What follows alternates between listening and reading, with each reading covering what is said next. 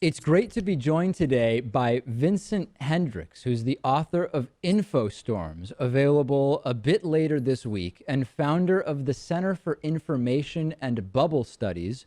Joining me today, I believe from Copenhagen, Denmark. Is that right? Indeed, David, indeed. So I'm super interested in the way in which technology is sort of shaping the way that even as humans, as Homo sapiens, we are taking in information. And I'd love to just very generally, since this is an area of your expertise, open it up to you for people who maybe haven't considered this. Give us some examples of how modern technology is really allowing humans to take in information in a very different way than what's been the norm in human history. Well, information is no longer a scarcity. That's one thing we got enough of, right? So the information age has brought us vast amounts of information. But as Mitchell Kapoor, who started Lotus Development Group, once said, you know, getting information off the web is like taking a drink from a fire hydrant. So once you open it up, it just basically starts pouring.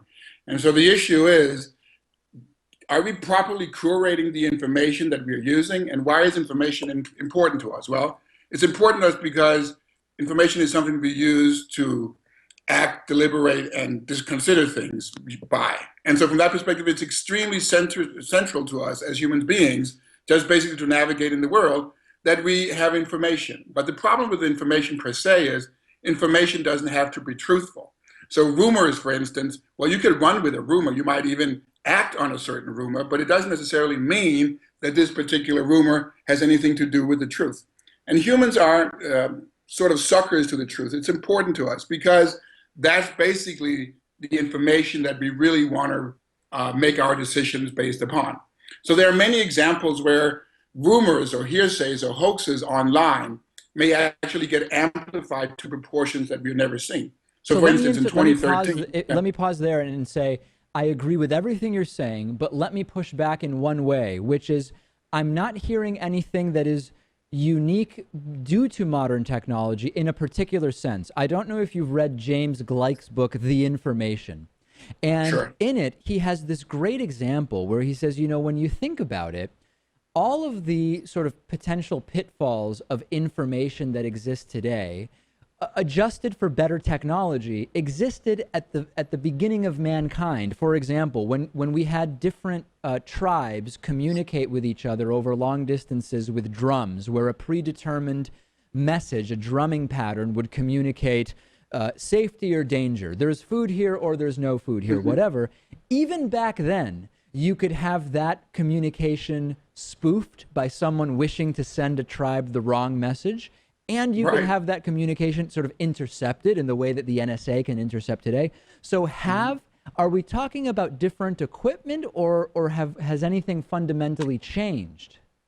Well, I mean, so all the pitfalls that we've had before, we still have those. The only thing is that the information age, the internet, social media, and other things are actually able to amplify certain phenomena beyond proportions that we've ever seen before. So say like lemming effects, where everybody is thinking the same thing about the same thing because apparently everybody else is doing so. Pluralistic ignorance, where we believe that everybody believes because that's what we think that our immediate surroundings will think. So basically what I'm trying to say is that it's not like we are talking about particularly new phenomena, but what we are talking about is that those particular phenomena that could derail reason and rationality have been amplified beyond things that we have never seen before, and on global reach and at the speed of light.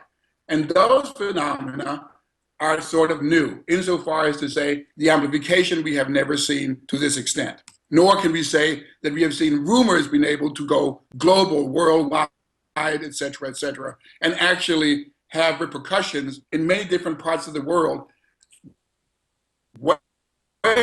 way away from where they were actually started up. So, for instance, you can crash stock markets with a rumor that started one place and ended up in another place. So from that perspective, no, you're right. These things are not new, but they're amplified to proportions never seen before. So this gets me into something I'm super interested in, which is also an area that you really concentrate, which is considering what should a more modern approach to sort of epistemology, justifying our beliefs, understanding how to interpret information and distinguish in order to sort of at the micro level not fall victim to hoaxes and rumors, as you say, but big picture, critical thinking in sort of the modern age. So I would love it if you could tell in a way that would maybe appeal both to people who have done some formal critical thinking coursework, but also to people who haven't. What's the best way to approach justifying our beliefs in the modern technological age? Okay, so that's a very good question. Now, of course, all the standard procedures that we already know are from epistemology are still in play. But once that's being said, which is probably a little alien, at least to standard epistemology, is that group thinking and group reasoning, all of a sudden, is a very central part in the way we make decisions. Now, one of the issues that we have found, and that social psychology have found in particular, is that we can be individually rational but collectively dense, simply because we actually get to interpret the signals that we get from others in unfortunate ways.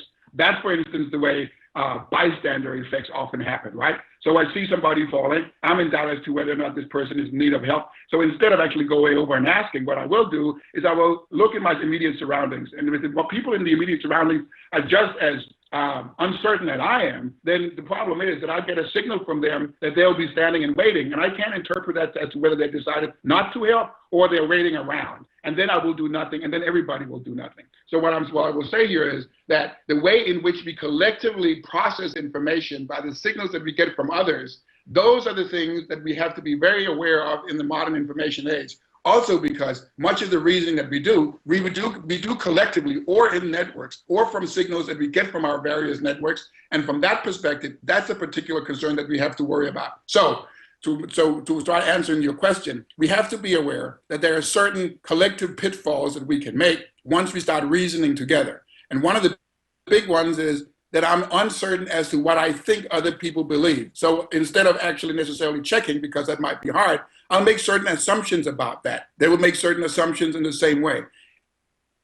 And if we, in an unfortunate way, get to make assumptions about each other that would actually bar us from getting to the correct answer, had we cooperated instead, had we started getting more information, had we started asking each other, is that really your opinion on this issue? Then we might actually get into the collective pitfalls in new and very unfamiliar, but in a potentially devastating ways. So don't only ask yourself what your argument for a certain stance is. Also ask yourself why other people should actually follow your argument. So not only what your argument is, but why people should follow it. And once you're done with that, then start asking yourself, well, what sort of information should I actually use? So I should worry about sources that agree with my position. I should worry about sources that do not agree with my position. And then I should finally worry about sources that are neutral as a function of what I agree with and what I disagree with, and then I triangulate, and then I get information. Now, it's going to be very hard to get out of your office and out of bed in the morning when you read the paper like that if you want to get information enough for you to make rational decisions. But what we need are gatekeepers and curators of truthful information. And the web can actually stimulate that if we start triangulate procedures and if we insist not only that people have positions or stances or point of view that they can get out on Twitter, but also why. And in such a way that it's transparent what sort of premises goes into which arguments that people apparently follow.